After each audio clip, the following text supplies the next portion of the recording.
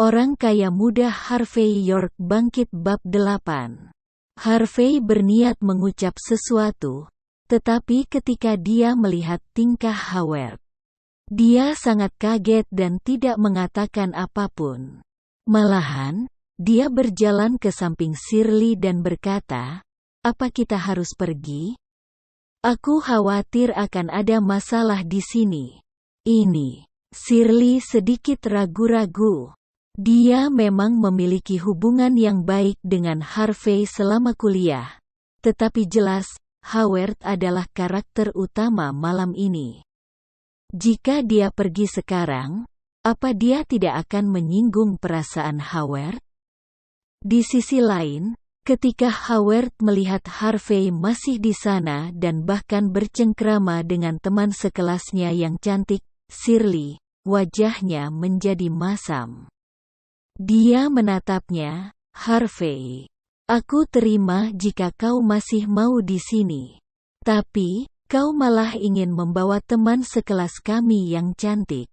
Kau pikir kau siapa? Apa kau orang yang sukses? Jangan lupa, kau adalah menantu yang menumpang. Dan kami merasa malu memiliki teman sekelas sepertimu." Benar. Semua teman sekelas kita sangat sukses. Kau sendiri, memalukan. Cepat keluar, Shirley, dia menantu yang menumpang. Seharusnya kau tidak tertipu olehnya. Howard adalah karakter utama malam ini. Para teman sekelas ini telah berada di komunitas selama beberapa tahun. Mereka tidak begitu mampu. Tetapi semuanya sangat pandai menyanjung. Pada saat ini, mereka semua menghina Harvey tak henti. Harvey mengerutkan kening. Jika bukan karena takut Shirley akan mendapat masalah nanti, dia tidak ingin mengatakan apa-apa lagi. Sementara itu, Howard melihat Harvey masih belum pergi dan merasa kehilangan muka. Dia mengeluarkan kartu bank dan melemparkannya ke meja makan. Dia mencibir, "Pelayan, Bill, tolong. Jika seseorang tidak menyerah, maka aku akan membiarkannya melihat bahwa dia tidak akan pernah mampu membeli makanan ini seumur hidup."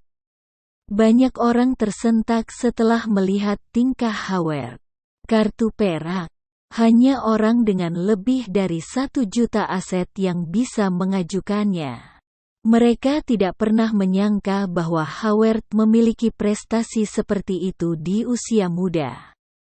Penampilan bisa menipu. Di sisi lain, Harvey miskin dan pecundang. Bagaimana bisa ketimpangan antara dua orang ini begitu besar? Benar saja. Bahkan Wendy mau tidak mau melihat Howard beberapa kali ketika dia melihat kartu perak ini. Sepertinya orang ini cukup mampu. Howard sangat senang ketika dia melihat mata cantik itu mengakui. Dia menatap Harvey dan melanjutkan, "Tidak, aku tiba-tiba berubah pikiran lagi. Pelayan, aku mau bagi tagihan ini. 1 untuk bagiannya dan sisanya untukku. Tolong bantu aku memisahkan tagihan menjadi 2. Pelayan itu mengangguk dan pergi. Shirley merasa kasihan pada Harvey saat ini. Bukankah lebih baik jika dia pergi sekarang? Makanan malam ini diperkirakan puluhan ribu, dan konsumsi rata-rata per orang akan lebih dari 1.000. Bisakah Harvey membayar tagihannya? Shirley menghela nafas ketika dia memikirkan tentang ini. Dia diam-diam mengeluarkan kartu banknya. Dia harus membantu melunasi tagihan untuk Harvey agar tidak mempermalukannya. Pada saat ini, pelayan yang memegang kartu itu, dan seorang pria yang sepertinya adalah manajer berjalan dengan cepat ke ruang pribadi. Pelayan itu membungkuk pada Howard dengan tatapan menyesal dan berkata, "Tuan, maafkan saya, saldo di kartu Anda tidak mencukupi." Howard tertegun sejenak. Dia kemudian berkata dengan marah, "Apa? Kau bercanda? Aku masih memiliki jutaan di kartuku. Kenapa bisa kau bilang bahwa saldonya tidak mencukupi?" "Ya Pak, maafkan saya. Makan malam ini sekitar 1,8 juta dolar. Anda masih harus membayar 1,7 juta dolar setelah dikurangi bagian tuan ini." Puff. Harvey hampir tertawa terbahak-bahak saat mendengar angka itu. Sepertinya tidak sopan. Howard memang seorang penipu. Meskipun tidak ada yang tahu tentang 2 botol anggur yang dibawakan pelayan, Harvey tahu tentang itu.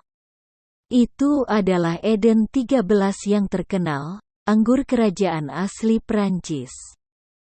Dengan harga eceran sekitar 800.000 dolar. Howard baru saja memesan 2 botol, dan harganya sudah lebih dari 1,6 juta dolar. Howard sangat terkejut. Dia menunjuk ke pelayan dan berkata, "Kau bercanda?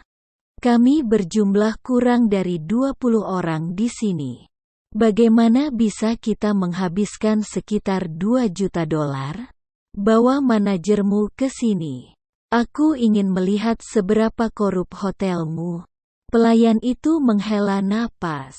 Dia sudah mengantisipasinya. Dia kemudian melangkah mundur dan berkata, "Ini manajer kami, Tuan." "Nah," Howard berteriak sambil menatap manajer yang berpakaian rapi di depannya. "Apa kau mau berhenti dari pekerjaanmu? Bagaimana bisa konsumsi per kapita bisa 100.000 dolar? Kau tahu siapa aku? Sepupuku adalah Don Sander." Manajer itu bersikap tenang. Dia berkata perlahan, "Tuan, maafkan saya. Makanannya hanya sekitar puluhan ribu dolar. Namun, Anda memesan 2 botol anggur Prancis terbaik, Eden 13, tadi. Masing-masing seharga 880.000 dolar. Jadi, Anda harus membayar 1,76 juta dolar. Ini sekitar 1,8 juta dolar setelah ditambah biaya makanan. Tapi karena Anda adalah sepupu Tuan Sander, kami telah membulatkan jumlahnya, percaya atau tidak." "Aku akan membunuhmu." Howard sangat marah. Dia menarik ke meja manajer. "Apa-apaan kau memberi harga anggur yang harganya lebih dari 800.000 dolar? Bahkan jika memang segitu harganya. Aku tidak bilang menginginkan anggur yang begitu mahalnya. Aku akan menelepon polisi." Manajer itu menenangkan dirinya dan perlahan melepaskan tangan Howard. Dia telah berada di posisi ini selama beberapa tahun. Jadi, dia telah melihat semua jenis orang di Niemhi sebelumnya. Namun, ini pertama kalinya dia melihat seseorang yang tidak punya uang tetapi tetap berpura-pura kaya. Dia berkata dengan sungguh-sungguh setelah menarik napas dalam-dalam, "Tuan, izinkan saya menjelaskan beberapa hal kepada Anda. Pertama, kami telah memberikan anggur terbaik yang Anda minta. Kedua, pelayan kami ingin mengingatkan Anda tentang harga 2 kali. Tetapi Anda tidak peduli. Ketiga, semua hal ini sedang direkam, jadi kami punya bukti. Jika Anda ingin menelepon polisi, silahkan lakukan." "Prok, prok." Manajer bertepuk tangan dengan lembut setelah dia menyelesaikan kata-katanya. Boom. Pintu ruang pribadi dibuka. Beberapa pria berotot menyerbu masuk. Semuanya tampak sangar dan mengerikan. Ketika satpam datang untuk melapor kepadanya, dia sudah merasa bahwa seseorang akan menyebabkan masalah, jadi dia membawa pengawal bersamanya. Howard berkeringat dingin dan ciut. Dia kemudian murka dan berkata, "Di mana bosmu?" "Aku ingin bertemu dengan bosmu." "Kau menjalankan bisnis gelap, jadi, maksud Anda?" "Saya menjalankan bisnis gelap." Seorang pria muda dengan potongan rambut pendek mengenakan kemeja putih dan memegang 2 bola training di tangannya. Dia masuk sambil tersenyum.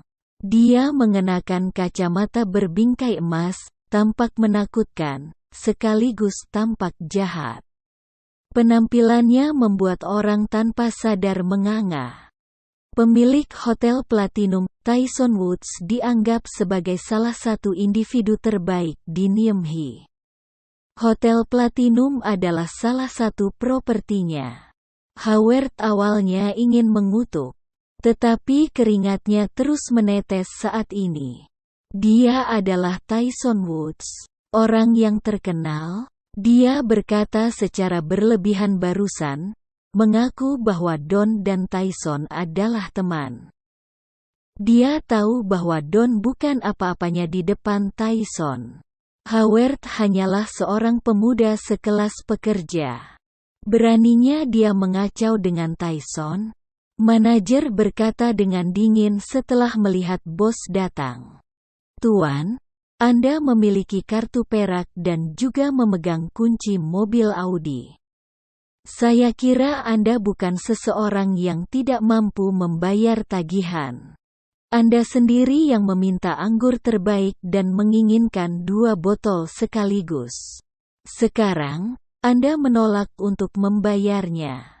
"Tidak, aku tidak berani melakukan itu," Howard berkata dengan cepat.